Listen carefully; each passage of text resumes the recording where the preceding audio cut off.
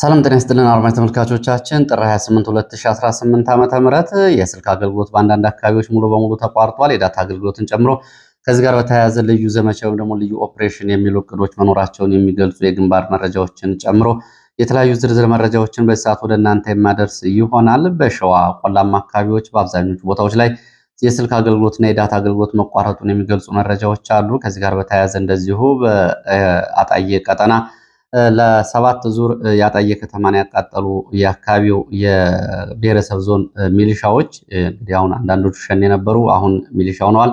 እነዚህ ታጣቂዎች እንደዚሁ ጥቃት ከፍተዋል የሚሉ መረጃዎችን ጨምሮ በተለያዩ አካባቢዎች ያሉ ዝርዝር የግንባር መረጃዎችን በዚህ ሰዓት ወደ እናንተ የማደርስ ይሆናል። የስልክ አገልግሎት ከአንኮበር ቆላማ አካባቢዎች የምንጃር አካባቢዎችን ጨምሮ የይፋት ቆላማ ቀጠናዎችን፣ የመንዝ ቆላማ አካባቢዎችን፣ የመራቤቴ ቀጠናዎችን ይዞ ከወረዳ ከተሞች ውጭ እስከ ደራ እንዲሁም ደግሞ እስከ ሸዋ ወረጃ አርሶ ወደ ፍቼ ቀጠናዎችም የስልክ አገልግሎት ሙሉ በሙሉ በደራና በአካባቢ በሚገኙ ቆላማና ገጠር ቦታዎች መቋረጡን የሚገልጹ መረጃዎች አሉ። ከዚህ ጋር በተያያዘ በዚህ ቀጠና እንግዲህ በቅርብ በሸዋ ቀጠና ያሉትን እናጸዳለን በሚል እንደዚሁ የኮማንዶ የእግረኛና የመካናይዝድ ስምሪት መደረጉን የሚገልጹ መረጃዎችም ጭምር ናቸው እየወጡ ያሉት። የአማራ ክልል ሰሜን ሸዋ እና የኦሮሚያ ክልል ሰሜን ሸዋ አዋሳኝ አካባቢዎችን ክላስተር ያደረገ የጋራ ዘመቻ ይደረጋል የሚለውን መረጃ ጨምሮ የተለያዩ መረጃዎችን በዚህ ሰዓት ወደ እናንተ የማደርስ ይሆናል። እየተከታተላችሁ አብራችሁ እንድትቆዩ ነው በአክብሮት የምጋብዛችሁ። በምዕራብ ወሎ እንደዚሁ ወግድና አካባቢው እንደዚሁ ልዩ ኦፕሬሽን በሚል የተደረገውን ዘመቻ በወልዲያ ዙሪያ በሰሜን ወሎ ወደ ተለያዩ የአማራ ክልል አካባቢዎች ያሉ ዝርዝር የግንባር መረጃዎችን በዚህ ሰዓት ወደ እናንተ የማደርስ ይሆናል። እየተከታተላችሁ አብራችሁን ቆዩ። ከዛ ባሻገር እንግዲህ ከግንባር መረጃዎች ባሻገር ደግሞ የፋኖ የአንድነትና የሰራዊት ግንባታን በተመለከተ የወጡ ያሉ መረጃዎች እንዲሁም ደግሞ ትላንትና ረጅም ሰዓት የፈጀ ማብራሪያና መርሃ ግብር ፕሮግራም ተከናውኗል። ይህንን ጨምሮ እንደዚሁ የተለያዩ አስተያየቶችም እየተሰሙ ነው የሚገኘው። በዚህ ላይም እንደዚሁ አስተያየት ጨምራለሁ። ሌሎች መረጃዎችንም ይዣለሁ። በርከት ያሉ የግንባር መረጃዎች አሉ። እየተከታተላችሁ አብራችሁ እንድትቆዩ ነው በአክብሮት የምጋብዛችሁ። ከዚህ ባሻገር እንደዚሁ ህወሓትን በተመለከቱ እንደዚሁ የሁለቱ የትግራይ ኃይሎች ሰሞኑን ያደረጉትን ውጊያ ተከትሎ በምርኮኞችን በተመለከተ ህወሓት ከቲፒኤፍ የማረካቸውን ምርኮኞች አያያዝ ሁኔታ በተመለከተ አንዳንድ መረጃዎች ወጥተዋል። እሱንም አደርሳችኋለሁ። በአንጻሩ የትግራይ የሰላም ኃይል የሚባለው የማረካቸውን የህወሓት ታጣቂዎች ደግሞ የተለየ መንገድ ይዟል። እነዚህን መረጃዎች ጨምሮ የተለያዩ ዝርዝር የግንባር መረጃዎችን በዚህ ሰዓት የምትሰሙ ይሆናል። እስከ መጨረሻው አብራችሁ እንድትቆዩ ነው በአክብሮት የምጋብዛችሁ። እንደዚሁ ደግሞ የአማራ ፋኖ ብሔራዊ ንቅናቄ ሰብሳቢ ዘመነ ካሴ እንደዚሁ ከአንድ ፎቶግራፍና መልእክት ጋር ታይቷል። ከዚህ ጋር በተያያዘም እንደዚሁ የወጡ መረጃዎችን እንደዚሁ አደርሳለሁ። በብልጽግና በኩል እንደዚሁ በዚህ በኩል እየተባለ ያለው አስተያየትን ጨምሮ በርካታ ማህበራዊ ሚዲያዎች ላይ የተለያዩ አስተያየቶች ሲተላለፉ ነበር። ከዚህ ጋር ያሉትን ጨምሮ መረጃዎችን በዚህ ሰዓት ወደ እናንተ አደርሳለሁ። በርከት ያሉ ሀሳብ አስተያየቶችን ልካችሁልኛል። በትላንትናው ዕለት የፋኖ አንድነት በተመለከተ የቴክኒክ ኮሚቴው በፋኖ ጌታስራደ እና ፋኖ አስረስ ማረ በቴክኒክ ኮሚቴው እንዲሁም ደግሞ ከፋኖ አዛዦች መካከል እንደዚሁ መከታው ማሞ ተገኝተው የሰጡትን ማብራሪያ ጨምሮ በቴክኒክ ኮሚቴዎቹ እና በአስተባባሪ ሽማግሌዎቹ መካከል የነበረውን አጠቃላይ ሂደት የሚያሳይ ገለጻ ለ4 ሰዓታት እንደዚሁ ተደርጓል በቀጥታ ስርጭት። ይህንን በተመለከተ ብዙ ሚዲያዎች ከ14 በላይ ማህበራዊ ሚዲያዎች የዩቲዩብ ቻናሎች በቀጥታ ፕሮግራሙ ሲያስተላልፉ እንግዲህ በዚህ በኢትዮ ፎከስም ፕሮግራሙ ተላልፎ ነበረ። ብዙዎቻችሁ ተከታትላችኋል በቀጥታ። ከዚህ ላይ እንግዲህ ብዙ አስተያየቶችንም እንደዚሁ እዛው ላይ ለመመልከት ተችሏል። ብዙ ሰዎች የፋኖ አንድነት ምስረታ ሂደትን በተመለከተ አስተባባሪ ኮሚቴዎችና የቴክኒክ ኮሚቴዎቹ በሰጡት አስተያየት ላይ እንደዚሁ ፋኖ ወደ አንድ መምጣቱ የተሰማቸውን ደስታዎች ሲገልጹ ተስተውለዋል። የፋኖን አንድነት ጥምረት በተመለከተ ብዙ ሰዎች ደስታቸውን ገልጸዋል። በተለይ ጌታ አስራጅና አስረስ ማረን በጋራ ሆነው ማቅረባቸውና ጥያቄዎቹን የሰጡበትን ምላሽ በተመለከተ አድናቆቶችንም ሲገልጹ ነበረ። በዚህ በኩል በተለይ በማህበራዊ ሚዲያ ንግግሮቻቸው እየተቆረጡ እየተሰራጩ እንደዚሁ ማህበራዊ ሚዲያ ላይ በብዛት ሲሰራጩ ነበር የጌታና የአስረስን ንግግሮች። በዚህም እንግዲህ አድናቆቶችም አስተያየቶችም ንግግሮችም ሲቸሯቸው አምሽተዋል።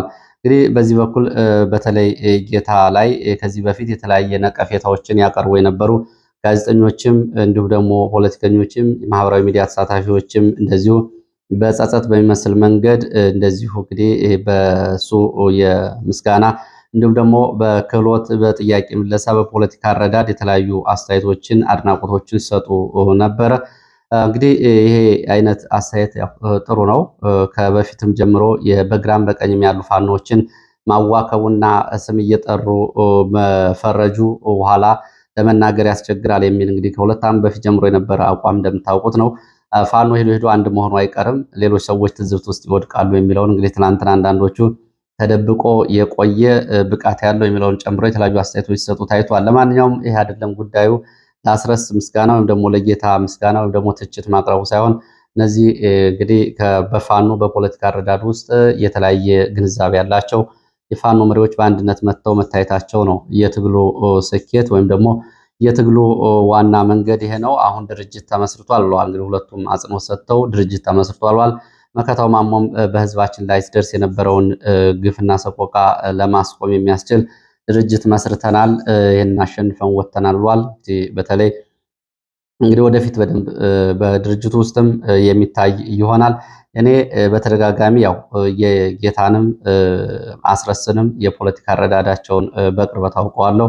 እነሱ በአንድ ላይ ሆነው በአንድ ድርጅት ውስጥ መታቀፋቸው እንግዲህ በተለይ የአመራር የፖለቲካ እይታዎችን ብያኔዎችን በመስጠት በኩል የሚኖሩ ክፍተቶችን ለመስጠት ከፍተኛ ሚና ይኖራቸዋል። እንግዲህ ይህንን በተመለከተ ብዙዎቻችሁ ማስተያየት ሰጥታችኋል። ፕሮግራሙን ያመለጣችሁ ካላችሁ ደግማችሁ ልትከታተሉ ትችላላችሁ። ማብራሪያዎችን ሰጥተዋል። እንግዲህ ዋናው ነገር ድርጅት መቆሙ ነው ብለዋል። ዋናው ነገር ድርጅት መቆሙ ነው። በዚህ በተለይ በአስተባባሪዎቹ እንግዲህ አጽንኦት ሰጥተው የተናገሩት አሁን ግለሰቦችን አይደለም ድርጅት ቆሟል፣ በድርጅት መርህ መሰረት ይመለሳል ብለዋል። የተለያዩ ጥያቄዎችን መግለጫዎችን በራሳችን መርሃ ግብር መሰረት ይፋ እናደርጋለን። ለየትኛውም የአማራ ሕዝብ ጥያቄዎች የታመንነን ጥርጣሬ ሊገባቸው አይገባም የሚሉ ጥያቄዎችን በአጽንኦት ሰጥተዋል። ስለዚህ ድርጅት ቀይ መስመር ተብሎ በተቀመጡ ጉዳዮች ላይ እየተነሱ በእያንዳንዱ ነጥብ ላይ አስተያየት መስጠትም የድርጅቱ የራሱ ስራ ሳይሆን ከራሱ እቅድ አንጻር የሚሰጣቸው የህዝብ ግንኙነት ስራዎች ይኖራሉ የሚሉ ረጅም ሰዓት የፈጁ ጥያቄዎችም ቀርበውላቸዋል። ማብራሪያዎችም ሰጥተዋል። ይህንን ልትከታተሉ ትችላላችሁ። እንግዲህ ወደ አንድነት ከመጣ በኋላ ፋኖ ለመጀመሪያ ጊዜ ለህዝብ በቀጥታ የተላለፈ ፕሮግራም ነው። ሁሉም ተከታትሎታል ማለት ነው። እንግዲህ ከዚህ አንጻር የሰራዊት ውህደታቸውን በተለይ ሸዋና ጎንደር ላይ ገና እየሰሩ መሆናቸውን በተለያዩ አካባቢዎች ከእዝ እስከ ሻለቃ ድረስ ያለ የሰራዊት ውህደትም እየተሰራ ሲሆን በውጭም በውስጥም ያለውን የትግሩን ደጋፊ እንደዚሁ እንደሚናውን ያክልና ኃላፊነቱን ለመስጠት እንደዚሁ የቅዶች፣ ፕሮግራሞች፣ ፕሮቶኮሎች የተዘጋጁ መሆናቸውንም እንደዚሁ ገልጸዋል። ምላሽ ሲሰጡ ልትከታተሉ ትችላላችሁ። ያው ረዝም ለአራት ሰዓታት የቆየ ማብራሪያ ነው። በዚህ በኩል እንግዲህ ሽማግሌዎቹም ይህንን አንድነት ለማምጣት በመሃል ሚና ሲጫወቱ የነበሩትም እንደዚሁ ማብራሪያዎችን ሰጥተዋል። ፊት ለፊት ፋኖቹን ተቀራርበው እንዲናገሩና ሁለት ድርጅት እንዲከስምና አሁን አንድ ድርጅት እንዲሆን የሄዱበትን ውጣ ውረድም ለ7 ወራት ለ8 ወራት የነበረውን አጠቃላይ ሂደት በተመለከተ እንደዚሁ ማብራሪያዎችን ሰጥተዋል። ይሄ ነው እንግዲህ ትላንትና ከነበሩ የፋኖ ክስተቶች አንጻር አንዱ የነበረው። ከዚህ ጋር በተያያዘ እንደዚሁ ፋኖ ዘመነ ካሴም የንቅናቄው ሊቀመንበር ከበርካታ ጊዜያት በኋላ እንደገና በፎቶግራፍ ታይቷል። ከጥቋቁር ታጣቂዎች ጋር መታየቱን ተከትሎ ሱዳን ውስጥ ነው የሚለውን የብልጽግና ገጾችን ጨምሮ በሌላ በኩል ደግሞ በቤንሻንጉል ጉምዝ ሌሎች ታጋዮች ጋር ህብረትና አንድነት ለመፍጠር እንቅስቃሴ ነው የሚሉ መረጃዎች ወጥተዋል። ዛሬ ረፋድ ከወጡ መረጃዎች መካከል በተመለከተ ፋኖ ዘመነ ካሴ ከቤንሻንጉል ታጣቂዎች ጋር በመነጋገር ለበርካታ ዓመታት ታግተው የነበሩ ሴቶችን በማስለቀቅ ወደ ቤተሰቦቻቸው እንዲሄዱ ማስደረግ መቻሉን ይሄ እንግዲህ በንግግር ከታጣቂው ጋር በጋራ ለመስራት ከተደረጉ ንግግሮች እና ከታዩ ውጤቶች መካከል አንዱ እንደሆነና እንደዚሁም ደግሞ ወደፊትም ከሌሎች ኃይሎች ጋር የሚደረጉ የአጋርነት ማሳያዎች ተደርጎ ይወሰዳል ተብሏል። ይሄ እንግዲህ ዛሬ ከወጡ መረጃዎች መካከል ነው። ከአማራ ፋኖ ብሔራዊ ንቅናቄ አመራሮች ማብራሪያዎች እና ክስተቶች አንጻር ወደ ሌሎች መረጃዎች ይሄዳለሁ። ወደ ሌሎች መረጃዎች ሲሄድ በግንባር መረጃዎች ከመሄዴ በፊት በዛሬው ዕለት የኢትዮጵያ ቴሌቪዥን የኢትዮጵያ ብሮድካስቲንግ ኮርፖሬሽን ተብሎ አጠቃላይ እንግዲህ ቴሌቪዥኖቹንም ጋዜጦቹንም ኤፍኤሞቹንም ሬዲዮኖቹንም በአንድ ላይ ሲይዝ የኮርፖሬሽኑ እንግዲህ የቦርድ ሰብሳቢዎች ተሹመውለታል። የቦርድ ሰብሳቢ ሆነው የተሾሙት ዲያቆን ዳንኤል ክብረት የጠቅላይ ሚኒስትሩ የማህበራዊ ጉዳዮች አማካሪ እንዲሁም ደግሞ የኢንሳ የጤና ጥበቃ ሚኒስቴር ባህልና ቱሪዝም እና ከተለያዩ ተቋማት የተውጣጡ የቦርድ አባላት ሹመት ወስደዋል። ዛሬ በምክር ቤት ሹመታቸው ጸድቋል ተብሏል። በዚህ ጉዳይ ላይ ምን አስተያየት አላቸው? እንግዲህ ያው ቴሌቪዥን ጣቢያው የመንግስት ቴሌቪዥን ጣቢያ ነው፣ የህዝብ ቴሌቪዥን ጣቢያ ነው።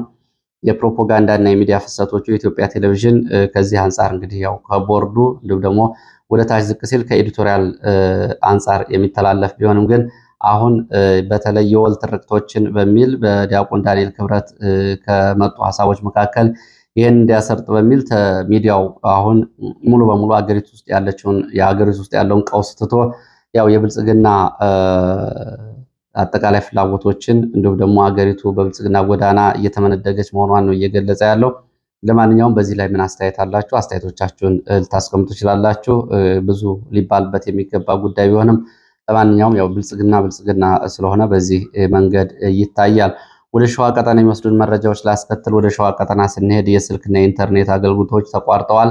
በቀውት ወረዳ ከሸዋሮቢት ከተማ ውጭ ባሉት ገጠራማ አካባቢዎች በመንዝ በተለይ በሞላሌ መንዝ ሞላሌ ቆላማ አካባቢዎች በጣርማበር የተለያዩ የገጠር ቀበሌዎች መዘዞ፣ ባሽ፣ ክምር ድንጋይ፣ ቁርማር ገፊያን ጨምሮ በአንኮበር ገጠራማ አካባቢዎችን ጨምሮ በበርካታ አካባቢዎች መራቤቴ፣ ኤፍራታ ግድም እንዲሁም ደግሞ መኮይ ቀጠናዎችን በሁሉም ገጠራዊ አካባቢዎች ከትናንት ሰኞ ጀምሮ ከ3 ቀናት በፊት ጀምሮ ሙሉ በሙሉ የዳታና የስልክ አገልግሎት ተቋርጧል።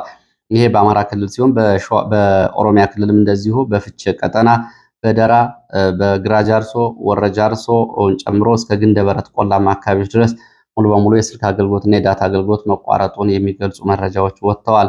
ይህንን በተመለከተ በተለይ በአማራ ክልል ሸዋ ቀጠና ያለውን በተመለከተ ስለ ጉዳዩ መረጃ እየሰጠኝ የፋኖ አበበ ጺሞ የስልክ አገልግሎቶች መቋረጣቸውን እና የዳታ አገልግሎት መቋረጣቸውን አሳውቋል። ዛሬ 4ኛ ቀናቸውን ይዘዋል ብሏል። ፋኖ አበበ ጺሞ ፋኖ በተቆጣጠራቸው ቀጠናዎች ነው የስልክ አገልግሎት እንዲጠፋ የተደረገው። ልዩ ዘመቻና ኦፕሬሽን በሚል በንጹሃን ላይ የሚፈጸም ግፍ እና ሰቆቃ ሪፖርት እንዳይጋለጥበት ነው የአገዛዙ ይህንን ያደረገው ሲል ፋኖ አበበ ጺሞ ጉዳዩን ተችቷል። በገጠራማ አካባቢ የድምፅም ሆነ የኢንተርኔት ዳታ አገልግሎት ተቋርጧል። ጉዳዩን በአንክሮት እየተከታተልነው ነው ሲልም እንደዚሁ አብራርቷል። የፋኖን የውጊያ ስምሪትና የመረጃ ሰንሰለት ለማቋረጥ እንደዚሁ ያለመና ይደረጋል ለተባለው ኦፕሬሽን እንደዚሁ ቅድመ ዝግጅት መሆኑን ተገንዝበናል። እኛም በተቃራኒው ተዘጋጅተናል። ከኢትዮ ቴሌኮም ውጭ ባሉ ሌሎች የመገናኛ መስመሮች ላይ እናተኩራለን። በዚህ መንገድ ሰራዊታችን የመረጃ እንዲሁም ደግሞ የግንኙነት ሰንሰለቱ አይቋረጥም ሲል ገልጿል ፋኖ አበበ ጺሞ። በዚህ ይሄ በሆነበት ሁኔታ ደግሞ በዚሁ በሸዋ ቀጠና 2 ቦታዎች ላይ ውጊያዎች እየተደረጉ መሆናቸውን የሚገልጹ መረጃዎች ወጥተዋል።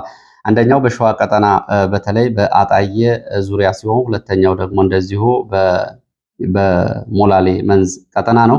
በሸዋ ቀጠና በሁለት ግንባሮች ውጊያ እየተደረገ ነው። ዛሬ ማለዳ የወጡ መረጃዎች እንደሚያሳዩት በሁለቱ ግንባሮች አንደኛው ባሽ ከተማ ተብሎ የሚጠራው ነው። ባሽ ከተማ ዙሪያ ከሞላሌ በሁለት አቅጣጫ በሌሊት ከተንቀሳቀሰ መከላከያ፣ አድማ ብተና፣ ሚሊሻ በነገራችን ላይ በሸዋ ቀጠና እግረኛ መከላከያ የለም። ያለው የአየር ወለድ ኮማንዶ እንዲሁም ደግሞ የባህር ኃይል ኮማንዶ ነው ያለው። በዚህ ቀጠና የሪፐብሊካን ኮማንዶን ጨምሮ በሸዋ ቀጠና ጀነራል ሹማ አብደታ የሚመራው የኮማንዶ ወይም ደግሞ ልዩ ኃይል የልዩ ጦር ስምሪት ነው ያለው። ወደዚህ ኃይል ገብቷል።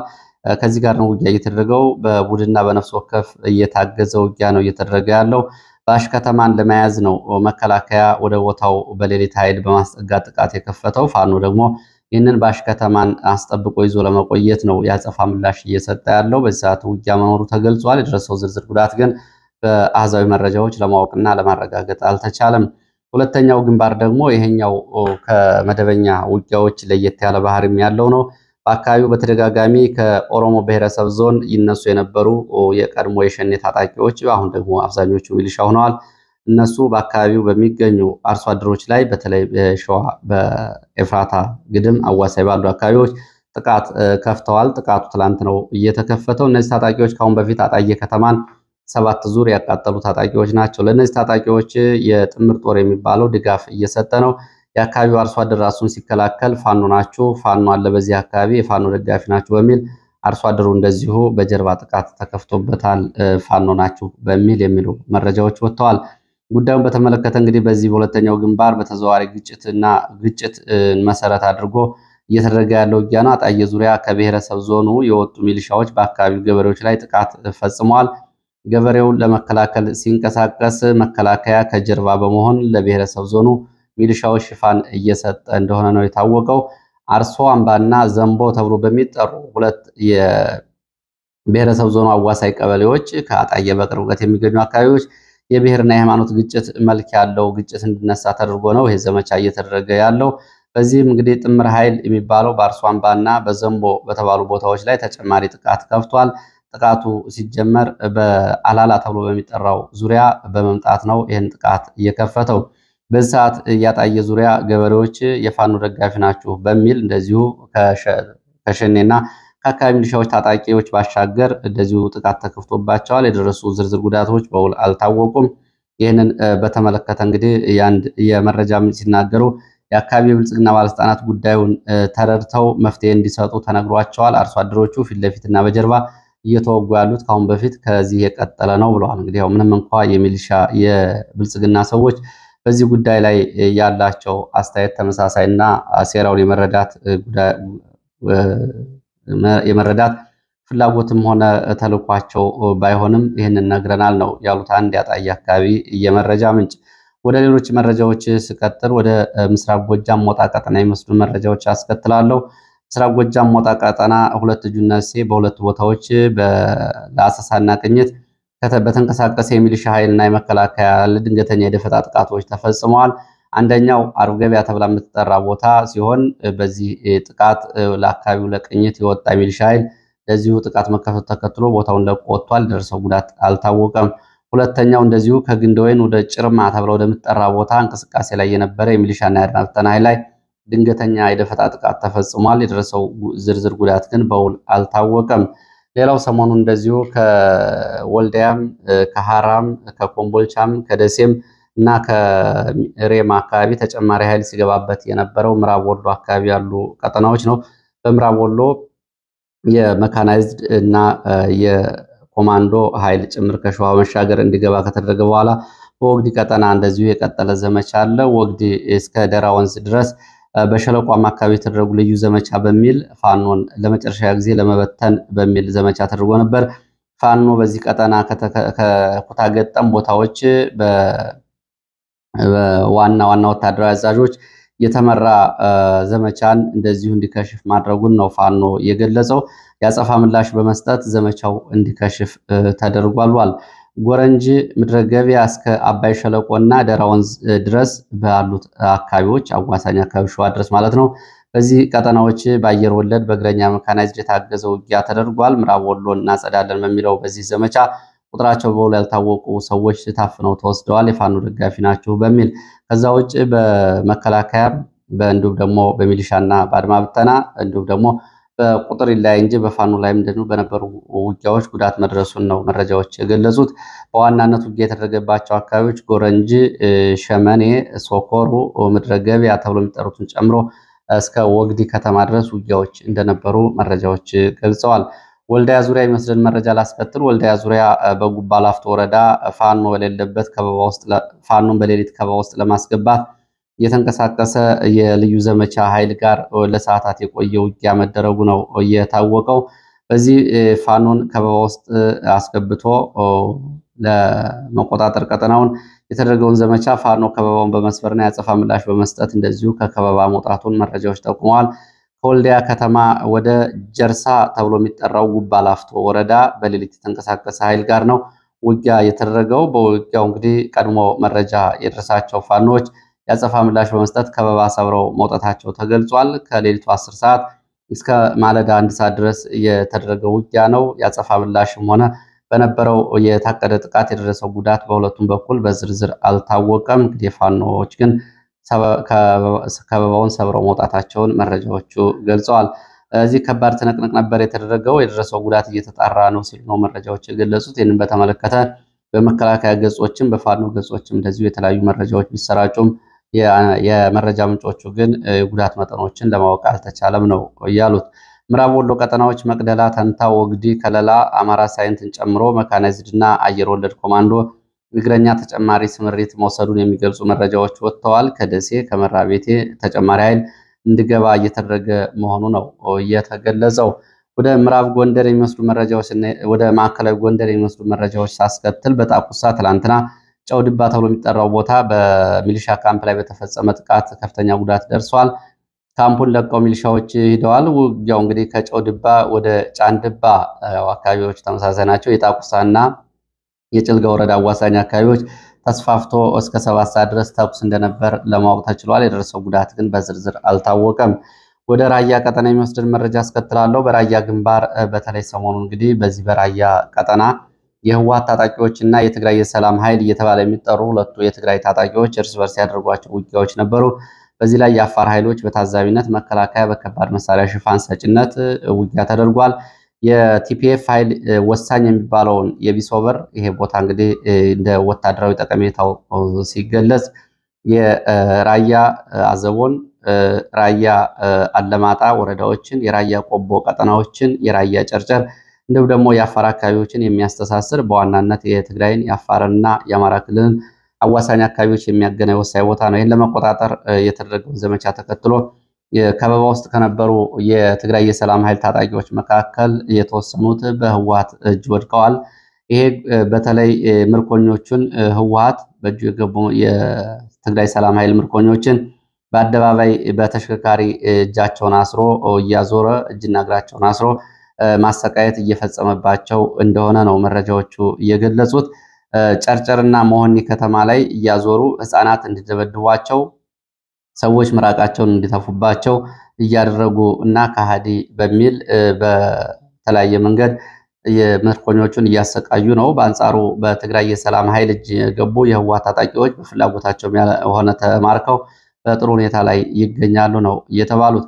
በአፋር ያሉ ከተማ ወሳኝ ገዥ መሬቱን እንግዲህ ቢሶበርን ለመቆጣጠር የተደረገው የትግራይ ሰላም ኃይልና የህወሓት ጦርነት አሁን የትግራይ የሰላም ኃይል የሚባለው ኃይል ወደኋላ አፈግፍጓል። የህወሓትም ምርኮኞችን ከመማረክ ባለፈ መሬቱና አካባቢውንም እንደተቆጣጠረና ተጨማሪ ኃይል ወደ አካባቢ ያስጠጋ እንደሆነ ነው መረጃዎቹ እየገለጹት። ወደ መቀሌ የሚወስደን መረጃ ስናስከትል በመቀሌ የፕሪቶሪያ የሰላም ስምምነት አፈጻጸም የሚከታተለው የቴክኒክ ኮሚቴ መቀሌ ከተማ ትላንትና መግባቱ ታውቋል። ቡድኑ ሰሞኑን ህወሓት በሁለት ግንባር ወረራ መፈጸሙ፣ እንደዚሁ ደግሞ የተለያዩ አካባቢ ሚሊሻዎች ያጸፋ ምላሽ፣ እንዲሁ ደግሞ የመከላከያ በእግረኛና በአየር ኃይል ምላሽ መስጠቱና የመቀሌ አካባቢ የተፈጠረው ቀውስና እስከ አየር በረራ መቋረጥ ድረስ የነበረው ሁኔታ ይታወቃል። ከፕሪቶሪያ የሰላም ስምምነት በኋላ በመሀል ትግራይ የድሮን ጥቃቶች ተፈጸሙበት ክስተት ነበር። ይህንን ተከትሎ ነው እንግዲህ የቴክኒክ ኮሚቴው መቀሌ የገባው። የቡድኑ አባላት ከትግራይ ጊዜያዊ አስተዳደር ጋር ስለመነጋገራቸው በመቀሌና በትግራይ እንደዚሁ በተለያዩ አካባቢዎች አሰሳና ስምሪቶችን ያደርጋሉ ተብሏል። ይሄ ኮሚቴ እንግዲህ የዳሳ ቅኝቱን ይዞ ተመልሶ ለአፍሪካ ህብረት እያቀርባል ነው የተባለው። ወደ ሌሎች መረጃዎች ስቀጥል ወደ አፍሪካ ቀንድ የሚወስዱ መረጃዎችን አስከትላለሁ። የሱዳኑ አማጺ ኃይል ፈጥኖ ድራሽ ኃይሉ ጀነራል መሐመድ ደጋሎ ወደ ኢትዮጵያ ድንበር እየተጠጋ ነው የሚሉ መረጃዎች ናቸው እየወጡ ያሉት። ከባለፈው ሰኞ ጀምሮ በኢትዮጵያ አቅራቢያ ባለፈው በሳውዲ አረቢያ አየር ኃይል ድብደባ ለቀዋት የነበረውን ቦታና እንዲሁም ደግሞ አዲስ ስትራቴጂክ ቦታን ተቆጣጥረዋል ተብሏል። በዚህ በተለይ በሱዳን የኢትዮጵያ አዋሳኝ በሆኑት አካባቢዎች የሱዳኑ ፈጥኖ ደራሽ ኃይልና አጋዥ የሆነው የሱዳን ህዝብ ነጻነት ግንባር ለሰሜን የሚባለው ኃይል በጋራ ዘመቻዎችን በማድረግ ወሳኝ ስትራቴጂክ ቦታ ተቆጣጥረዋል። አሁን በብሉ ናይል ግዛት ውጊያ እየተደረገ ነው። በዚህ ግዛት እንግዲህ ከምዕራብ ቀጠናዎች የደጋሎ ጦር ወደ ምስራቅ ቀጠናዎች ወደ ብሉ ናይል ግዛት በመምጣት ይህንን ወሳኝ ቦታ ሲቆጣጠር ዳይም መንሱር ተብላ የምትጠራውን ወሳኝ ስትራቴጂክ ቦታ ተቆጣጥረዋል። ይቺ ቦታ ወደ ኢትዮጵያና ወደ ደቡብ ሱዳን መውጫ መግቢያ መስመሮች ላይ የምትገኝ ቦታ ነች። እንግዲህ የሱዳን ጦር ደግሞ ይህንን ዘመቻ በተመለከተ ኢትዮጵያን ለዚህ ተጠያቂ አድርጓል። ለፈጥኖ ደራሽ ኃይሉ እና የአረብ ኤሚሬትስ ድሮኖች መንደርደሪያ በኢትዮጵያ ውስጥ ሆኖ በቀጠናው ለወታደራዊ ፍሰት አካባቢው ክፍት መደረጉን ተከትሎ ነው ይሄ ጉዳት እየደረሰብን እያለ ነው የሱዳን ጦር የሚገኘው። ሌላው ኒውዮርክ ታይምስ እንደዚሁ ላለፉት 7 ወራት በሱዳን ጦርነት የግብፅን ተሳትፎ የሚያጋልጥ መረጃ ይዞ ወጥቷል። ግብፅ ባለፉት 7 ወራት በተከታታይ የድሮን ድብደባዎችን እያደረገች እንደሆነ የሚገልጽ መረጃ ይዞ ወጥቷል።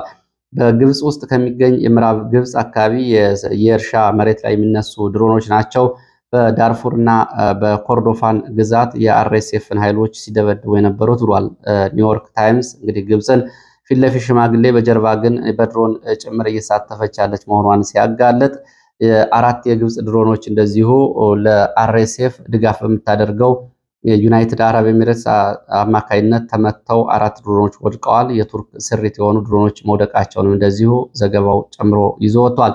በዚህ ጦርነት እንግዲህ የተለያዩ እጆች አሉ። ግብፅ ከሱዳን ጦር ጎን ሆና አርኤስኤፍን ስትወጋ፣ አረብ ኤሚሬትስ ደግሞ እና ኢትዮጵያ ደግሞ እንደዚሁ ከአርኤስኤፍ ጎን ሆነው ይገኛሉ። ባለፈው በዚህ እንግዲህ የውጭ ሀገር አየር ኃይል ስምሪትን በተመለከተ እስካሁን በሚታወቅ ሁኔታ በኢትዮጵያ በኩል ያለው አልተረጋገጠም።